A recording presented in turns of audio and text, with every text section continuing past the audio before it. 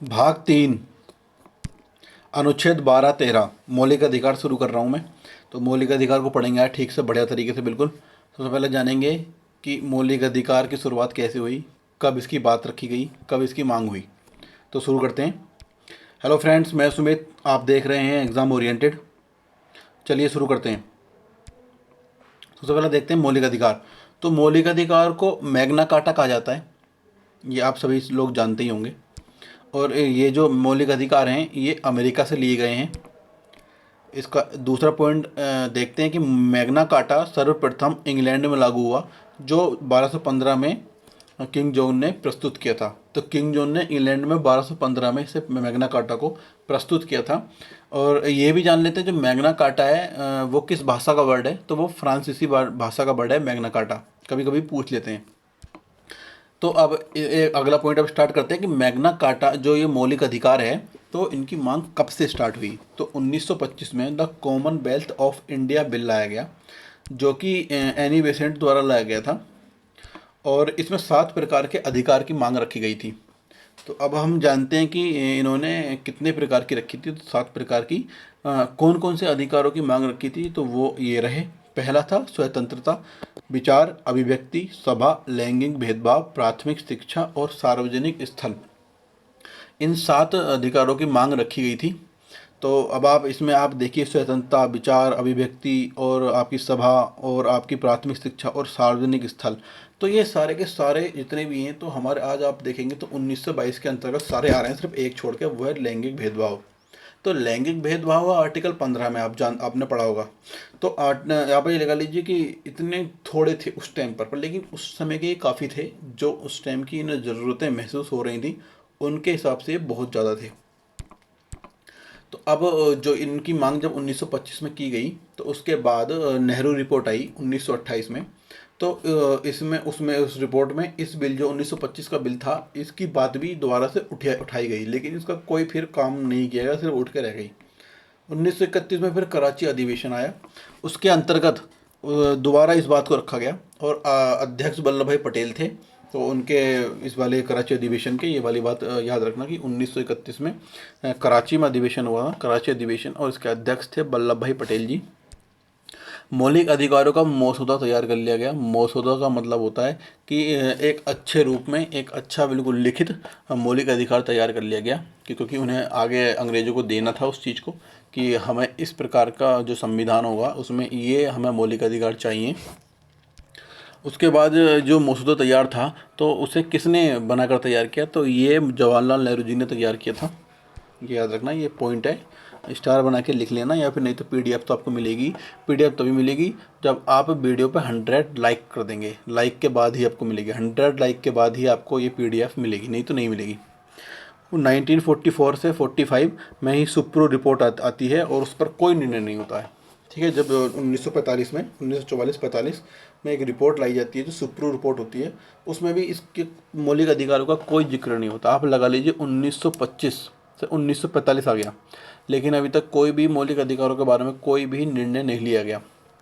20 साल बीत गए।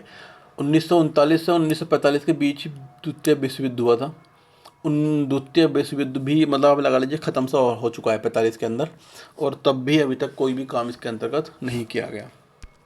आगे देखते हैं उसके बाद क्या हुआ। जब कैबिनेट मिशन भारत आया था 1946 में, तो उसमें 3 लोगों की पीठ बनाई गई थी। तो उन लोगों ने जब संविधान सभा बनाने के लिए कहा, 1946 में ही संविधान सभा बनाने के लिए उन्होंने बोल दिया था कि हाँ एक संविधान सभा बनाई जाएगी।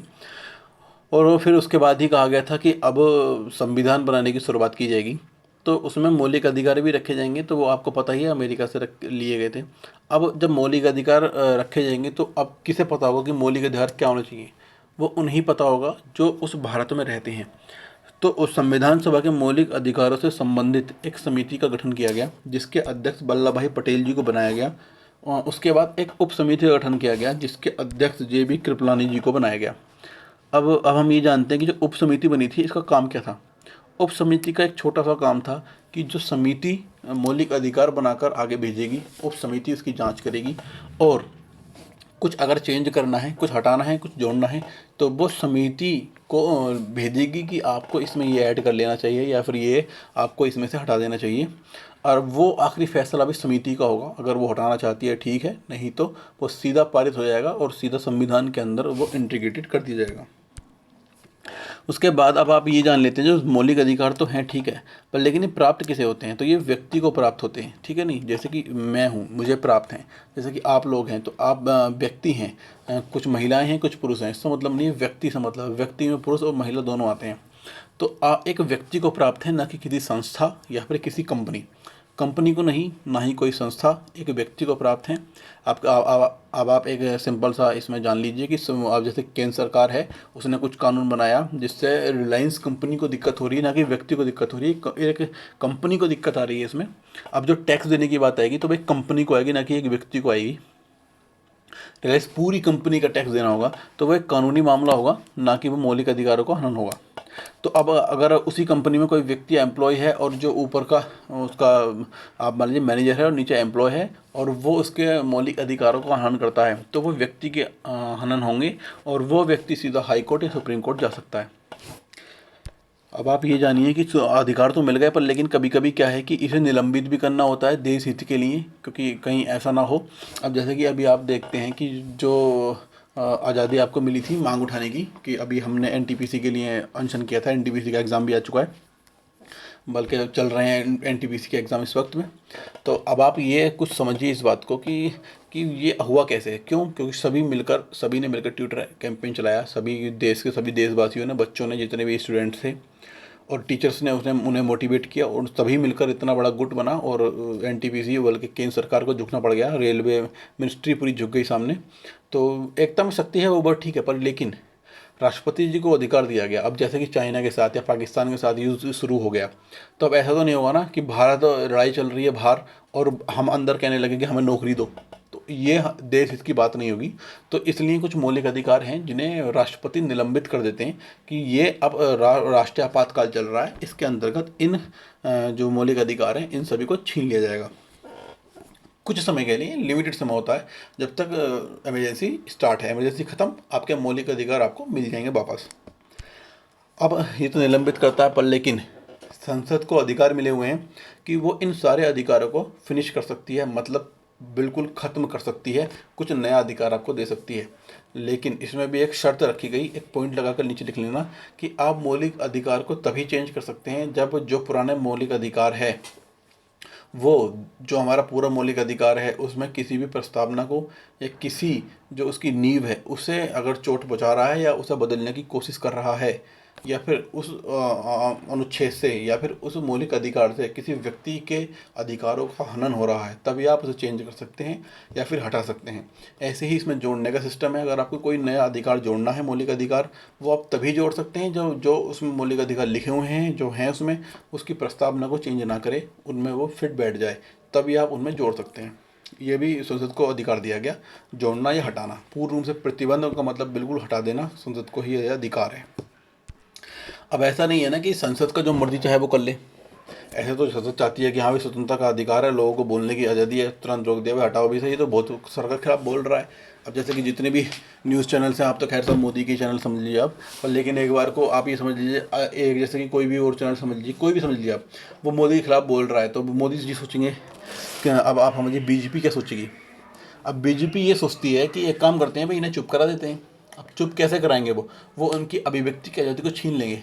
लेकिन इसमें इसलिए ऊपर इनके ऊपर उठा दिया गया न्यायपालिका को कि आपको अधिकार है निलंबित करने का, लेकिन आप उसे निलंबित तभी करेंगे जब फंडामेंटल राइट्स में किसी भी प्रकार की दिक्कत हो, मतलब उसकी प्रस्तावना में कोई छेड़छाड़ हुई है या फिर किसी व्यक्ति का हनन हो रहा है मौलिक अधिकारों को, तभी आप उस मौलिक अधिकार को हटाएंगे। ऐसे नहीं कि मन मर्जी हटा दिया। इसीलिए अब जैसे कि अभिव्यक्ति की अगर छीन ली गई तो न्यायपालिका को पता है कि किसी व्यक्ति का नहीं, इसमें सरकार को नुकसान हो रहा है, किसी व्यक्ति का नहीं, तो ये मौलिक अधिकार किसके हैं, व्यक्ति के, तो वो इसे निरस्त कर देगी कि किसी का भी स्वतंत्रता नहीं छीनी जाएगी। इसलिए न्यायपालिका को ऊपर बैठा दिया गया कि न्यायपालिका आप देखिए कि कोई भी व्यक्ति अपने अकॉर्डिंग काम ना करे। अगर ऐसा होता तो सरकार सबको बेच खाती, सबको परेशान कर देती। आप ये लगा लीजिए, इस सरकार को ये संविधान है जिसकी वजह से रोके हुए है, ये न्यायपालिका है जिसकी वजह से संविधान क्या कहते हैं संसद रुकी हुई है, नहीं तो अभी तक ऐसे कानून बन गए होते जो इस देश की नींव तक को हिला के रख देते। मुझे लगता है कि अब आप इसकी समझ गए होंगे मौलिक अधिकार आए कैसे। अब देखते हैं हम आर्टिकल 12 कि आर्टिकल 12 के अंतर्गत है क्या। आर्टिकल 12 के अंतर्गत कहा गया कि संविधान के अनुच्छेद 12 के अंतर्गत राज्य की परिभाषा दी गई है। यह परिभाषा संविधान के अन्य अनुच्छेद में प्रयुक्त राज्य शब्द पर लागू नहीं होती, अर्थात संविधान के अन्य अनुच्छेदों में भी राज्य शब्द का उपयोग किया गया है, परंतु यहाँ पर अनुच्छेद 12 के अंतर्गत केवल मूल अधिकारों के संदर्भ में राज्य पर चर्चा की जा रही है। अनुच्छेद 12 के अंतर्गत जिस राज्य को बताया गया है वह अपने आप में एक विशेष प्रकार का राज्य है जो केवल मूल अधिकार के संबंध में ही राज्य है। इसका मतलब ये है, आप समझिए सिंपल सी बात में, एक सिंपल सी लाइन में समझिए बिल्कुल, कि जो केंद्र है, आपका आर्टिकल पहला समझा होगा आपने, आर्टिकल 1 जो मैंने आपको समझाया था उसके अंतर्गत लिखा हुआ था राज्यों का संघ, तो उसमें राज्य की बात की गई थी सीधा केंद्र, ठीक है नहीं, उस केंद्र को पावर है, वो केंद्र का उस राज्य का प्रयोग केंद्र के तौर पर किया गया था। ऐसे ही दूसरा भाग 6 उसमें राज्यों की बात की गई है, तो वो राज्य हैं, मतलब हम राज्य है, जैसे कि दिल्ली यूनियन टेरिटरी है पर लेकिन है एक, ये भी एक राज्य ही गिना जाता है, मतलब पूर्ण राज्य नहीं है, अर्ध राज्य समझिए एक तरह से, कि जो केंद्र के अंतर्गत काम करता है। आप पूर्ण राज्य के रूप में अगर देखेंगे तो जैसे बिहार, उत्तर प्रदेश, उत्तराखंड, महाराष्ट्र, राजस्थान, गुजरात, ये सभी के सभी ये राज्य हैं। तो इन राज्यों की बात भी नहीं की गई है। एक अलग ही शब्द इसके अंदर जोड़ा गया है राज्य, जो मौलिक अधिकारों के अंतर्गत रखा गया है कि मौलिक अधिकार के लिए कौन कानून बना सकता है या मौलिक अधिकार किस किस पर लागू होंगे वो कौन तय करेगा, तो उस राज्य की बात की गई है। अब हम इसमें देखेंगे कि राज्य है क्या, ठीक है, इस बात को भी क्लियर कर लेते हैं। अब देखते हैं अनुच्छेद 12 के अनुसार राज्य शब्द के अंतर्गत निम्नलिखित शामिल है कि राज्य के अंतर्गत है क्या। भारत सरकार और संसद मतलब केंद्र, राज्य सरकार और विधानमंडल मतलब राज्य की सरकार है। तीसरा है स्थानीय प्राधिकारी, जितने भी स्थानीय प्राधिकारी, जैसे कि आप मेयर समझ सकते हैं, एमएलसी समझ सकते हैं, नगर निगम है, तो ये सभी स्थानीय प्राधिकरण है। चौथा है अन्य प्राधिकारी, इसमें जोड़े गए हैं जैसे बिजली बोर्ड, ओएनजीसी वगैरह वगैरह, इसमें ये सब के सब जोड़े गए हैं। अब आप समझिए सरकार, इसमें एक आप फॉर्मूले के तौर पर समझिए, एक बिल्कुल पॉइंट टू पॉइंट सीढ़ी बार समझिए इस चीज़ को कि भारत सरकार और संसद, अब जो बिल कुछ बनता है मौलिक अधिकारों के उसमें, तो उसमें क्या होता है मुझे आप ये बताइए। वोट डलते हैं, बिल पास हो जाता है, बिल पास होने के बाद कहाँ जाता है, सभी राज्यों में। राज्य क्या करते हैं, उन्हें पास करते हैं, या तो पास नहीं करेंगे या पास करेंगे, दो ही ऑप्शन है उनके पास। राज्य ने पास कर दिया। अब एक उत्तर प्रदेश समझ लीजिए, उत्तर प्रदेश के अंदर कर दिए, पास हो गया। अब मुझे आप ये बताइए कि अब उत्तर प्रदेश के अंदर पास हो गया, अब इसे लागू कौन कराएगा उसे, मुझे बताइए, बोलिए आप मुझे, कौन कराएगा उसे पास। तो किसके पास ये अधिकार है, कहीं बीएमसी है, कहीं नगर निगम है, मतलब हर जगह अलग अलग मामला है, हर जगह अलग अलग संस्थाएं हैं। अब इसे जो ग्राउंड लेवल पर कराएगा तो वो कौन है, तो वो मेयर है या बीएमसी है या नगर निगम है, जो वहाँ की स्थानीय प्राधिकारी हैं, जो वहाँ की स्थानीय संस्थाएं हैं, वही तो उस उत्तर प्रदेश के जो ग्राउंड लेवल पर इम्प्लीमेंट कराएंगी, कौन कराएगा, वो यही लोग हैं। तो इसमें उन लोगों को भी रखा गया है। फिर फोर्थ है अन्य प्राधिकारी, जैसे कि बिजली बोर्ड।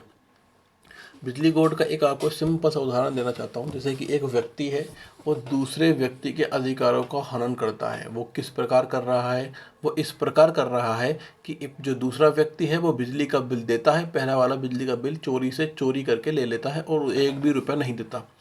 अब उससे क्या होता है, जो सरकार का नुकसान हो रहा है। अब जो सरकार का नुकसान हो रहा है, इसके अंतर्गत ये भी कहा गया है कि आपको मौलिक अधिकार मिल रहे हैं, पर इसका मतलब ये नहीं कि आप अपने मौलिक अधिकारों को सामने रखते हुए आप देश के अहित में कोई कार्य करें, क्योंकि ये देश अहित कार्य है। क्योंकि देश का जो पैसा है, अगर आप उसे गलत रूप में इस्तेमाल करेंगे तो देश का ही घाटा है, और देश का घाटा है मतलब इस पूरे जो हमारा देश के अंदर पूरी जनता रहती है, जो पर व्यक्ति रहता है, हर व्यक्ति को घाटा है। तो अब आप जितने भी व्यक्ति हैं उन सबको, मतलब उनके सभी मौलिक अधिकारों को छीन रहे हैं आप। एक व्यक्ति, मतलब ऐसा नहीं है मैं किसी व्यक्ति को बोल रहा हूँ, मतलब मैं एक एग्जाम्पल दे रहा हूँ कि ऐसा ऐसा इसमें अगर देखा जाए तो ये होता है। तो बिजली बोर्ड को अधिकार दिया गया कि सभी को जितना, अब ऐसा भी नहीं है कि एक व्यक्ति का बिल आ रहा है 1200 रुपये, एक का आ रहा है 300 रुपये, दोनों बराबर बिजली यूज़ कर रहे हैं, तो ऐसा भी नहीं होना चाहिए। समान रूप से जितना यूनिट आनी चाहिए हर व्यक्ति को उतनी ही आनी चाहिए, ये बिजली बोर्ड को भी कहा गया और ये व्यक्ति को भी कहा गया कि आपको भी ध्यान रखना है कि अगर देश की संस्था है तो वो आप उसमें कोई भी किसी भी प्रकार की गलती ना करें, ताकि देश का कोई अहित ना हो। तो राज्य के अंदर अगर इन 4 चीज़ों को रखा गया, मुझे लगता है आर्टिकल 12 आपको समझ में आ गया होगा अच्छी तरह से। अब देखते हैं आर्टिकल 13 क्या है। आर्टिकल 13 संविधान अनुच्छेद 13 के माध्यम से ही ऐसे किसी कानून बनाने से संसद और राज्य विधानसभाओं पर प्रतिबंध लगाता है जो नागरिकों को प्रदत्त मौलिक अधिकारों में कटौती करता हो या उनसे वंचित करता हो। अनुच्छेद 13 के प्रावधान मौलिक अधिकारों की सुरक्षा सुनिश्चित करने हेतु हैं और ऐसे किसी भी कानून को शून्य घोषित करता है जो मौलिक अधिकारों की अवमानना करते हों या इसके साथ असंगत हों। ठीक है।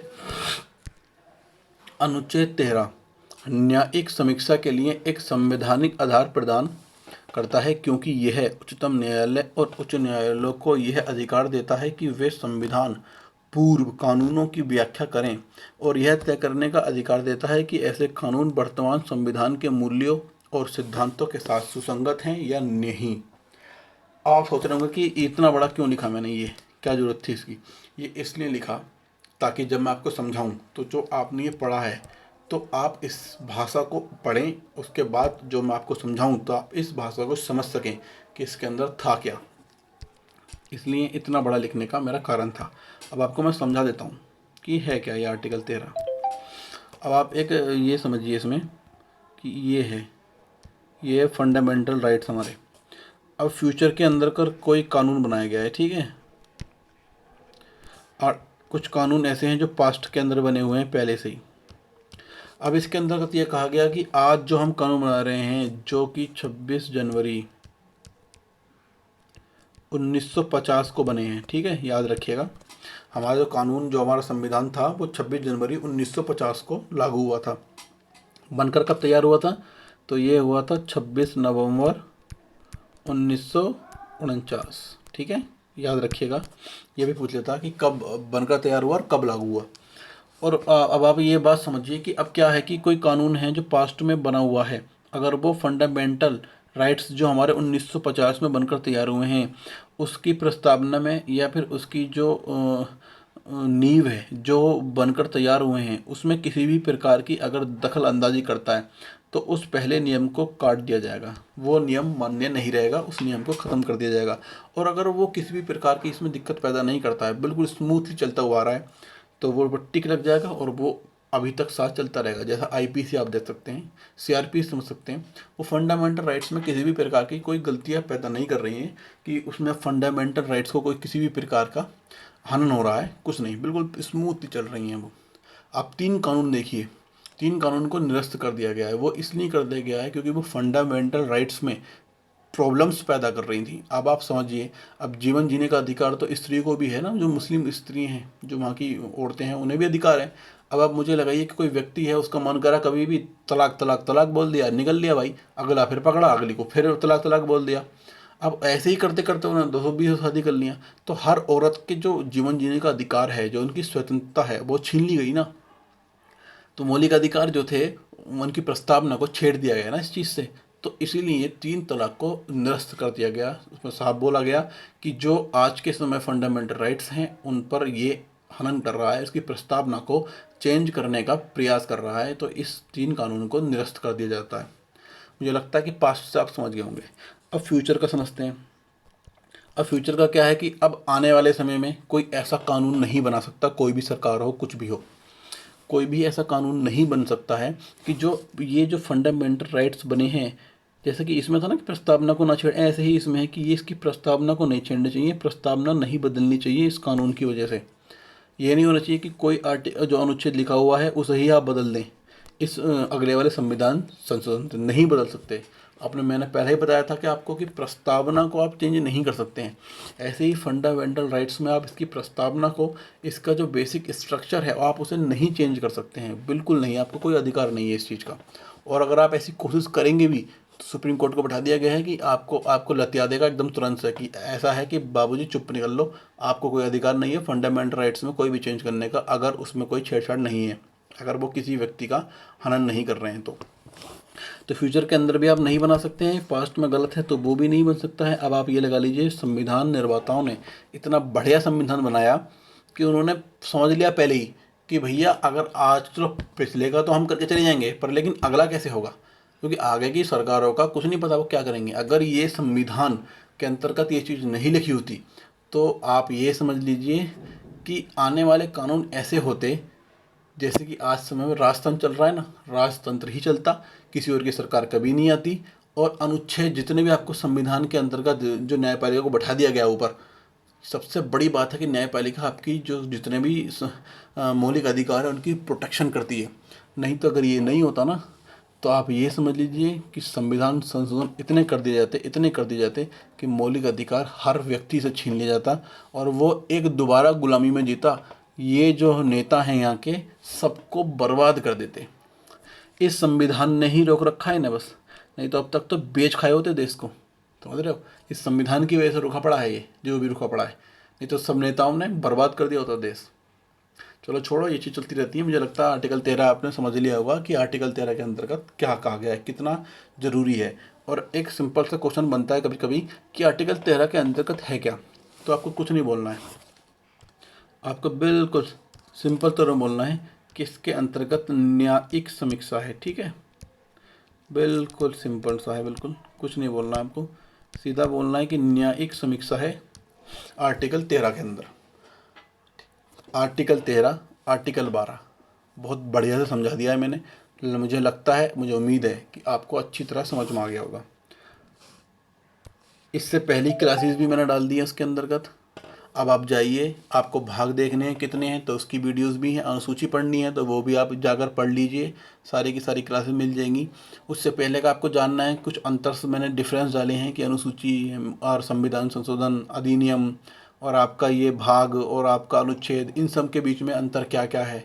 फिर उससे पहले मैंने आपको डाल रखा है कि संविधान का निर्माण कैसे हुआ, जो उसका बेसिक स्ट्रक्चर है पूरा, कि वो बना कैसे, किस किस प्रकार से क्या क्या चीज़ें आई।